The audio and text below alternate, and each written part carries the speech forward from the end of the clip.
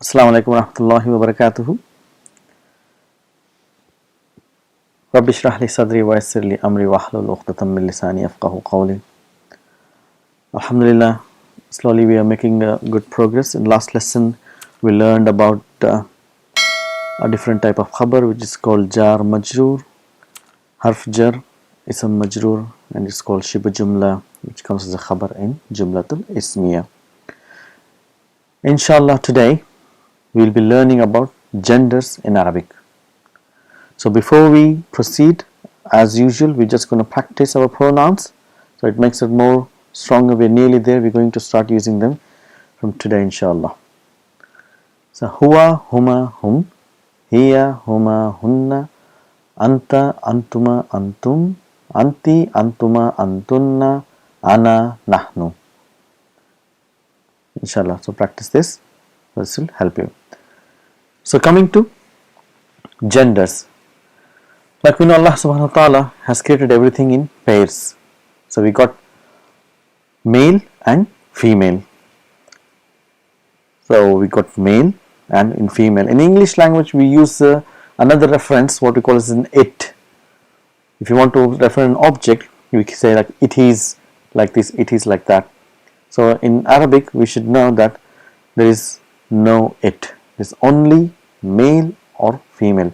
Everything in Arabic has to be under a category of male or a female.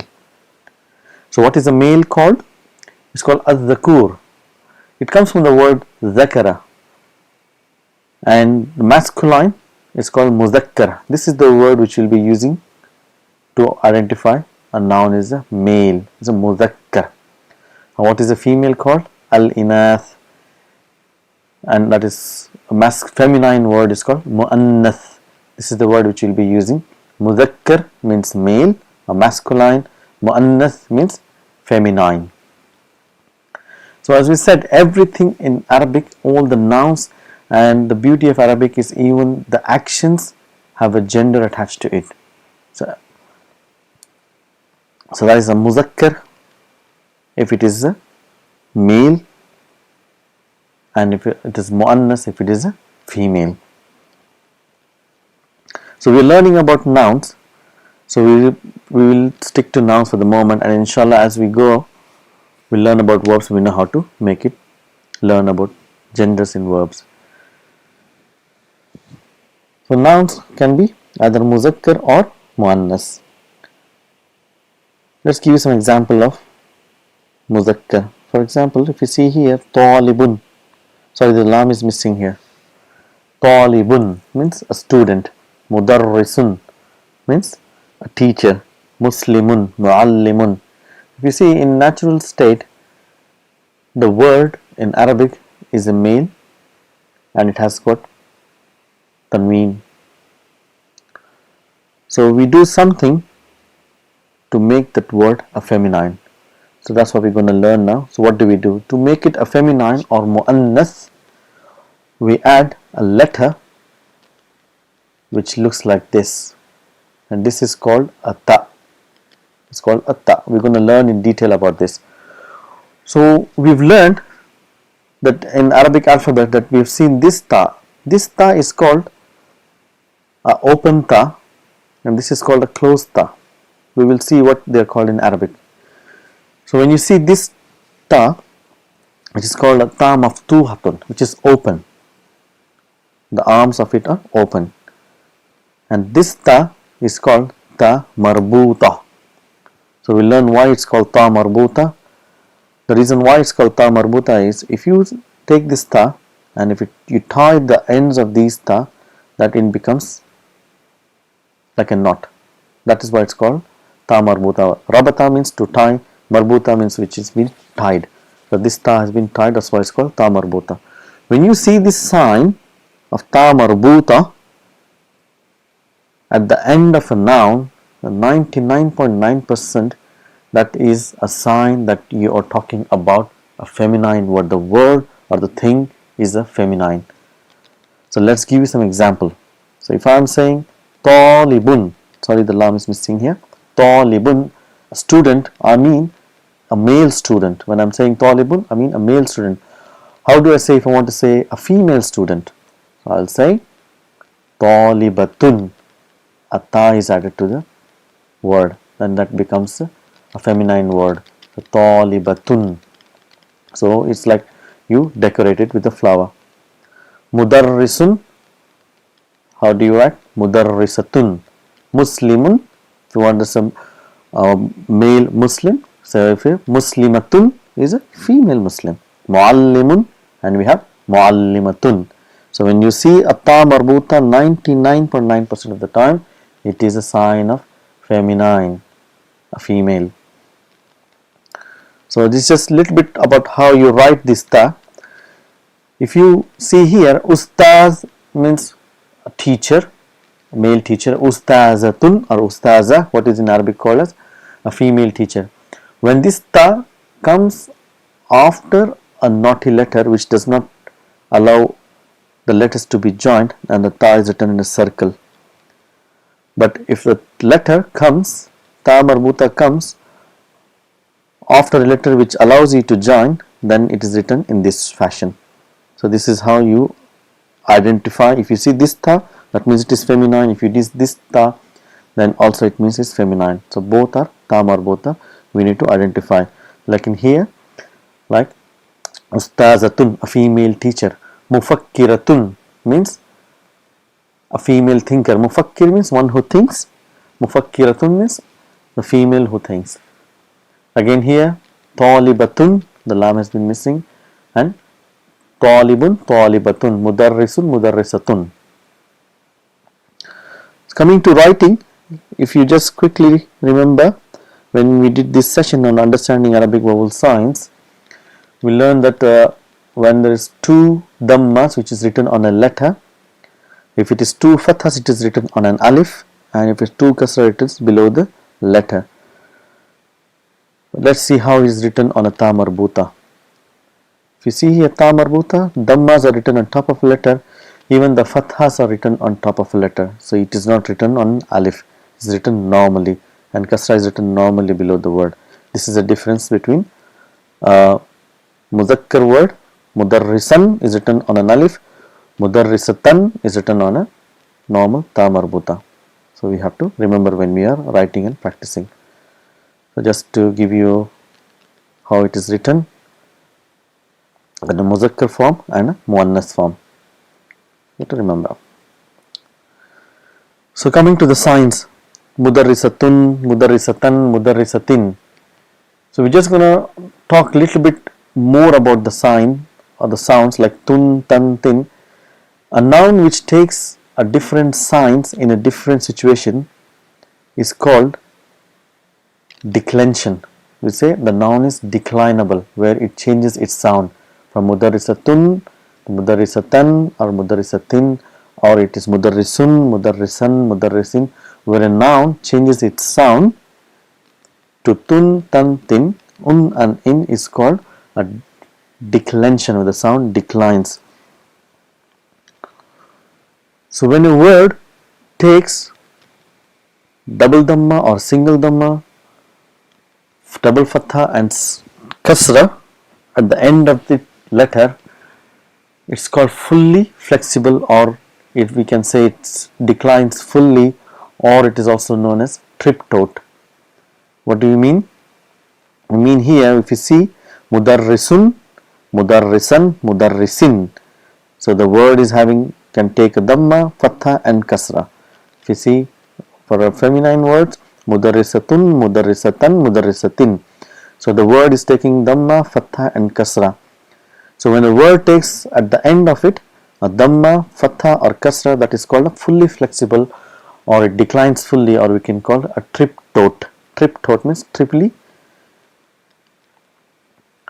However, the certain nouns, we need to know that they do not take kasra at the end of the letter, and those are called partially flexible. They take kasra, but after kasra there is no fatha at the end of the letter. So these are called a diptote or partially flexible, or it can say declines partially. So we just talk a little bit about this so we can understand the following sessions, inshallah. So any noun in its original form has a single dhamma at the end of the letter. You need to remember this. Any noun which has got a single dhamma, a noun with a single dhamma in a natural form, there is no al attached to it. It's naturally, it has got a single dhamma, and those letters don't take kasra at the end of the letter. I'll give you some very famous examples, so easy to remember. If I say Ibrahimu, if you see here naturally, it's not Ibrahimun, it's not like Muhammadun. Muhammadun will be Muhammadun, Muhammadan, Muhammadin. But Ibrahimu will be, or Isma will be Ibrahima and Ibrahima. It will not take a kasra because naturally in its form it's called single dhamma. Another example, Ismailu, Ismaila and Ismaila. Even if it is majroor, if any harf jar comes, you will not see a sign of kasra there, but we will still know that it is majroor because it is a dip throat. It is a partially flexible. So coming to feminine words, they are fully flexible. Same condition here. If you see two dhammas, then that noun will be fully flexible. Okay. So let's give you example. Mudarrisatun, mudarrisatan, mudarrisatin. In feminine words, there are certain words which ends with single dhamma. Most of the feminine names which ends with single dhamma, and all the feminine names are dip throat, they don't take kasra. This is why we're learning about dip throat, is because all the feminine names, they don't take kasra. If I give you some examples, you will understand better. If I say Aminatu, it's Aminatu. Fatimatu. So if you see, naturally they are ending with single dhamma. It's not Fatimatun, it's Fatimatu. And Zainabu. Zainabu is the name of a female. Even if you don't say ta marbuta, Zainabu is the name of a female. All feminine names does not take kasra. So it will be Aminata. So even if harf jar comes, I'm like Azhabu ila Aminata, I'm going to Amina. Aminata. Fatimatu, Fatimata, Fatimata. Zainabu, Zainaba, Zainaba. They don't take kasra. These are called dip throats. This is what we got to learn. So we got fully flexible or trip throat, and you have partially flexible or dip throat. We learn more as we go along. For the moment, this is what we need to remember. So little bit about how you pronounce this word ta. When we stop at the letter, if you're pronouncing on its own, we say Aminatu. But if we are ending at ta, we pronounce as it ha. We say Amina, Amina. It's not Amina, it's Amina. That is how it is pronounced. Pronunciation is slightly different. Fatimatu. If you want to end at the ta, we will say Fatima, Fatima, like a sound of ha. So we learned about how to make a noun, a feminine noun, is by putting a ta marbuta. There are two other ways where you can recognize that a noun is feminine.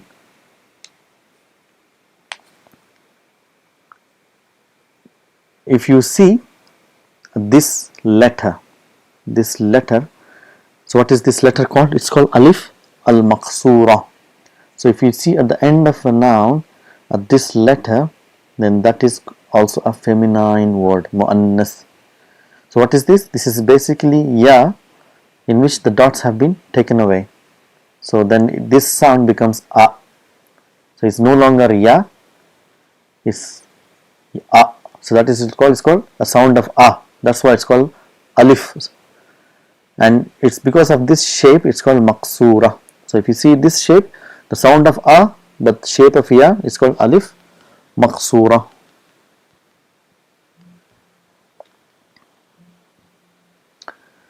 So if you see here, yusra, husna, so the letter is ending with maqsura. That means this is a feminine word. Just remember this. So we're not going too much detail. So that is alif maksura. So this is another way how we can recognize the word is feminine. The first way is ta marbuta. Most of the nouns is very easy. If you see a ta, it's feminine. Second way is alif maksura. So what is the third way? It's called alif mamduda.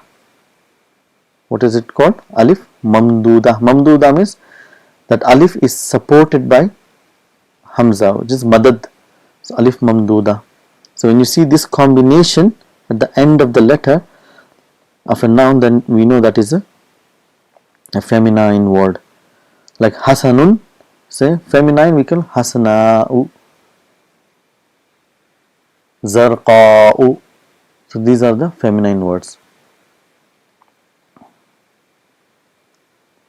So what are the ways a noun can be feminine? Most common one is ta marbuta. This is what we need to remember. However, there are other ways, alif maksura and alif mamduda, which can make a noun feminine. Inshallah, we'll do plenty of practice. We'll understand this better. So as we say in Arabic, you have male and female for every noun, whether it is name, person, animal, thing, adjective, so whatever. There is no it. So what do we have in place of it? So we have to refer some way in when you are communicating. So how do we recognize? So everything has to be a masculine or feminine. So in place of it, in Arabic, we use a pronoun. Remember the pronoun huwa, huma, hum? So these pronouns will give a meaning of it when we use it in a sentence. So we use two pronouns to replace it. One is huwa, which is used for a male. When you are talking about a male object, we use huwa, and if you're talking about a female object, we use hiya. Huwa means she, he, but if you're using for an object, it is used as an it, and hiya means she if you're referring a human being, and if you're referring for an object, that means it means it. Let me give you some example. So like for example, qalamun, kitabun, miftahun. If you want to say it, like al-qalamu, say the pen, huwa alal maktabi, it is on the table. This is how we use it, huwa, because it is a male word, we use huwa. Al-kitabu huwa fil ghurfati, it is in the room, al-kitab. So this is how. So you should not get confused when you see huwa. It doesn't mean he as a male, it means it's just using as an it. If you use for a female word, see if you see here ta marbuta means all feminine words, sa'atun means watch, sayyaratun means car, ghurfatun means room. So these words will be referred to as hiya. So you say as-sa'atu hiya ala sariri, it is on the bed, the watch is on the bed. Say as-sayyaratu, the car, hiya fi shari', it is in the street. So this is how you use in place of it, huwa and hiya. So we are talking about sentences. So this is the last thing we're going to talk today, inshallah. But we know in the Jumlatul Ismiya, going back to our Jumlatul Ismiya, so if you recollect that we have a Mubtada and we've got a Khabar. So if we are talking about males, for example, if we say Muhammad, he is coming, we don't say Muhammad, she is coming. It does not match. So when you're talking about a subject, the gender the news has to match the proper gender. So if you say Fatima, we say she is coming, we don't say he is coming. Similarly, exactly same thing in Arabic. When we talking about a male object, we use a male gender. When using the Mubtada is Mudhakkar, the Khabar will be Mudhakkar. If Mubtada is Muannas, then we use a Muannas word to make it a Khabar. Let's do some example, inshallah. So all this will fall in place. So if we see here at-talibu, the student, that means the male student. So the blue word here means that is the khabar of it. So it says here sick. So if we have to say sick, maridun.